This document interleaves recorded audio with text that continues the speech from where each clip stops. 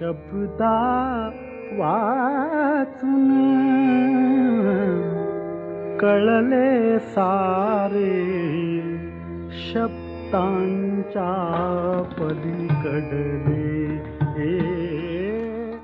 नमस्कार, मी डॉक्टर माधव मुतालिक. शब्दांच्या पलीकडले हे एक नवीन सदर आपण सुरू करतोय आणि आज या सदराचा पहिला भाग आहे.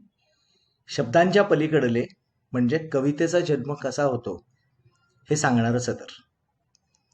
शब्दांच्या पलीकडली सारी दुनिया, शब्दांच्या पलीकडली सारी दुनिया, शब्दांच्या अलीकडले आपुले जगणे. शब्दांच्या पलीकडली सारी दुनिया, शब्दांच्या अलीकडले आपुले जगणे. शब्दांपाशी अडखळते जी रेषा, त्या रेषेवरती आपुले हसणे रडणे. शब्दांच्या पलीकडली सारी दुनिया, ही सगळी शब्दांच्या पलीकडची दुनिया आहे. मनाच्या आत खोल खोल मनाच्या तळाशी दडलेल्या ज्या भावना आहेत, त्या भावनांची गूढ दुनिया. शब्दांच्या पलीकडलं सगळं माणूस व्यक्त करण्याचा प्रयत्न करत असतो, विविध प्रकारे व्यक्त करण्याचा प्रयत्न करत असतो. कधी नजरेतून, कधी खाणाखुणातून, कधी नुसत्या स्पर्शातून, हुंकारातून, उद्गारातून, कधी नुसत्या शांततेतून. सर्व प्रकारे माणूस व्यक्त होण्याचा प्रयत्न करत असतो. आणि या व्यक्त होण्याची जी विविध माध्यमं आहेत, त्याच्यातून रूप, रस, गंध, लय, ताल अशा असंख्य भावना व्यक्त होत असतात. आणि हे व्यक्त करण्याच्या माध्यमांची गंमत अशी आहे की कधी ते संगीत बनतं, कधी नाट्य बनतं, कधी साहित्य बनतं, कधी काव्य बनतं. साधं सरळपणे जेव्हा सांगता येत नाही, व्यक्त होता येत नाही, तेव्हा शब्दांच्या पलीकडलं व्यक्त करण्याच्या माणसाच्या या अद्भुत शक्ती जाग्या होतात. खूप काही लांबलचक सांगण्यापेक्षा पटकन सांगून टाकण्यासाठी सुद्धा माणूस या शक्तींचा आधार घेतो. साधं ढोबळपणे सांगण्याऐवजी जास्त सुंदर किंवा वेगळं करून एखादं काही सांगितलं जातं, किंवा ढोबळ पद्धतीने सरळपणे जे सांगता येत नाही ते अशा शक्तीतून जादुई पद्धतीने व्यक्त होतं. तेव्हा माणसाचा कलावंत होतो आणि कलेचा जन्म होतो. आणि म्हणून विविध ललित कलांना यातू असं म्हटलेलं आहे. यातू म्हणजे जादू, जादू, मॅजिक, चमत्कार. आणि म्हणूनच एखादा कवी कधीतरी अशी चमत्कृती आपल्याला करून दाखवताना सापडतो. पाणी खळाळत आलंय हे सांगायचंय, पण कवी म्हणतो, उसळत घुसळत फेसाळत जळ आले दाही दिशांनी, आले नवे नवे पाणी.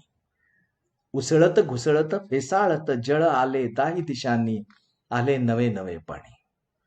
किंवा एखादा नर्तक किंवा नर्तकी यांची पावलं धुवाधार गतीनं एखाद्या लयकारीवरती लिलया थिरकतात.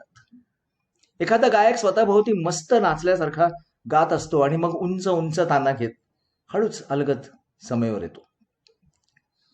किंवा एखादा नट रंगमंचावर एका सुरेख स्वगतातून आपल्याला त्याच्या आयुष्यात घेऊन जातो आणि एका क्षणात झपाटून टाकतो. हे सगळं जादूगारासारखं होतं. तेव्हा सर्वसामान्य माणूस चकित होतो.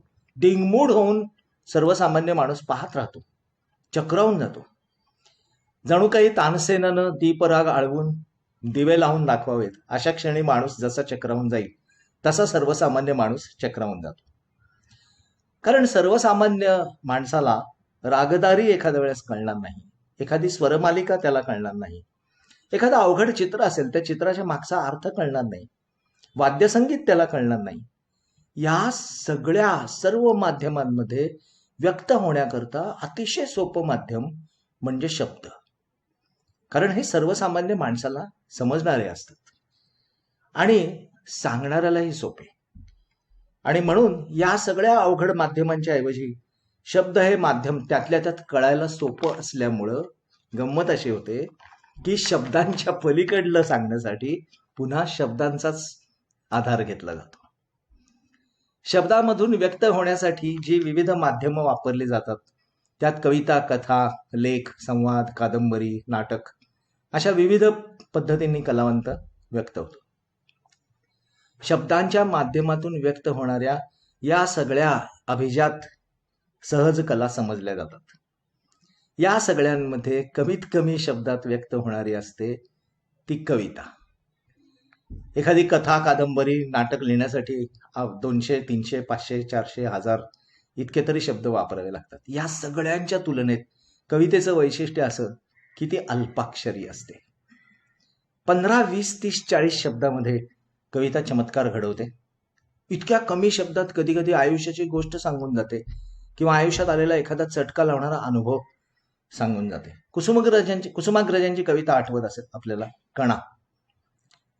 पावसामध्ये, पुरामध्ये घरदार वाहून गेल्यानंतर ताठ मानेनं उभा राहणारा तो माणूस, तो कुसुमाग्रजांकडे येतो. कवीला वाटतं की हा काहीतरी मागायला आलाय, तर तो 2 वाक्यामध्ये आपल्याला काय हवंय ते सांगतो. तो म्हणतो, मोडून पडला संसार तरी मोडला नाही कणा. मोडून पडला संसार तरी मोडला नाही कणा, पाठीवरती हात ठेवून नुसते लढ म्हणा. मोडून पडला संसार तरी मोडला नाही कणा, पाठीवरती हात ठेवून नुसते लढ म्हणा. बस एवढ्या 2 ओळीमध्ये त्याच्या आयुष्याचं सगळं तत्वज्ञान तो कवीला सांगून जातो. कुसुमाग्रज हा कवी मला खूप आवडतो. आणखी एक कुसुमाग्रजांची छोटीशी कविता आहे, वानगी दाखल, की जीवन म्हणजे काय हे इतक्या सोप्या शब्दामध्ये कविता सांगून जाते. कुसुमाग्रजांची कविता आहे, अनंततेचे गहन सरोवर. अनंततेचे गहन सरोवर, त्यात कडेला विश्वकमल हे फुले सनातन. अनंततेचे गहन सरोवर, त्यात कडेला विश्वकमल हे फुले सनातन. त्या कमळाच्या एक दळावर पडले आहे थोडे दहीवर. थरथरणाऱ्या त्या थेंबाला पृथ्वीवरचे आम्ही मानव म्हणतो जीवन. अनंततेचं हे अफाट सरोवर पसरलेलं आहे आणि या सरोवराच्या एका कुठल्या तरी कोपऱ्यामध्ये, एका कडेला एक कमळ उमललेलं आहे. त्या कमळाच्या एका पाकळीवरती थरथरणारा एक दवबिंदू आहे आणि त्या दवबिंदूला आम्ही मानव जीवन म्हणतो. अनंततेचे गहन सरोवर, त्यात कडेला विश्वकमल हे फुले सनातन. त्या कमळाच्या एक दळावर पडले आहेत थोडे दहीवर. थरथरणाऱ्या त्या थेंबाला पृथ्वीवरचे आम्ही मानव म्हणतो जीवन. इतके समर्पक आणि सुंदर शब्द कधी कधी जन्माला येतात. शब्दांच्या पलीकडे जे काय आहे ते आपल्यापर्यंत पोहोचवण्यासाठी कवी एक छोटासा पूल बांधत असतो. तो हा छोटासा पूल म्हणजे कविता. कविता हा अतिशय कमी लांबीचा, अतिशय मनोरम असा पूल आहे, जो आपल्याला शब्दांच्या पलीकडे घेऊन जातो. It is the shortest bridge made up of words which takes you to the feelings. आणि ही जी कविता असते तिची गंमत अशी असते, ही कुठल्याही पूर्वनियोजित आराखड्याशिवाय येते. झपाटल्यासारखी येते, अचानक येते, उत्स्फूर्तपणे येते. A true poetry has no conscious plan, आराखडा, जुळणी, जुळवाजुळव. कथा, कादंबरी, नाटक जेव्हा कलावंत लिहितो तेव्हा कमीत कमी त्याच्या मनामध्ये एखादं कथेचं बीज पहिल्यांदा आकार घेतं आणि मग त्याला सुचायला लागतं. नंतरची जी सुचण्याची प्रक्रिया आहे त्याच्यामध्ये सुद्धा झपाटल्यासारखं, उत्स्फूर्त, अचानक असं असतं. आपण ऐकलं असेल की एखाद्या नाटककारांनी एखाद्या ठिकाणी जाऊन एका रात्रीमध्ये एक अंक सलग लिहून काढला. हो, ते झपाटल्यासारखं असतं, तरी पण त्याला एक आराखडा असतो, एक पूर्वपीठिका असते, काहीतरी पूर्वनियोजित असतं. कवितेमध्ये आराखडा, ठरवाठरवी, जमवाजमवी, आखणी, मोडतोड असे जागोजागी ठरवून केलेली कोणत्याही प्रकारची प्रेरणी नसते. ती कविता कशी होईल, कधी कशी झपाटल्यासारखी होईल हे आपल्याला माहिती नसतं. कदाचित मनामध्ये काहीतरी चिंतन चालू असेल, गूढ चिंतन चालू असेल, कित्येक दिवस चालू असेल आणि मग अचानक शब्द आकार घेत असतील. किंवा कधी कधी गूढ चिंतन चालू आहे ते त्या कवीला सुद्धा कळणार नाही आणि एखाद्या क्षणी काहीतरी होत असेल आणि अचानक झपाटल्यासारखी ती कविता जन्माला येत असेल. मनाच्या गाभ्यात सुरू असलेल्या अज्ञात आंदोलनांचं, चिंतनांचं अचानक प्रकटन होणं म्हणजे कविता. अशी कविता असू शकते. हे जे शब्दांच्या पलीकडलं जे काय आहे ते कवी का लिहितो, ते त्याला का सुचतं, ठराविक वेळेलाच का सुचतं, इतर वेळी का सुचत नाही, त्याला ते कुठं सुचतं, मुळात कवीला कविता सुचतेच का? हे असे असंख्य प्रश्न काव्य रसिकांना पडलेले असतात, कलावंतांनाही पडलेले असतात.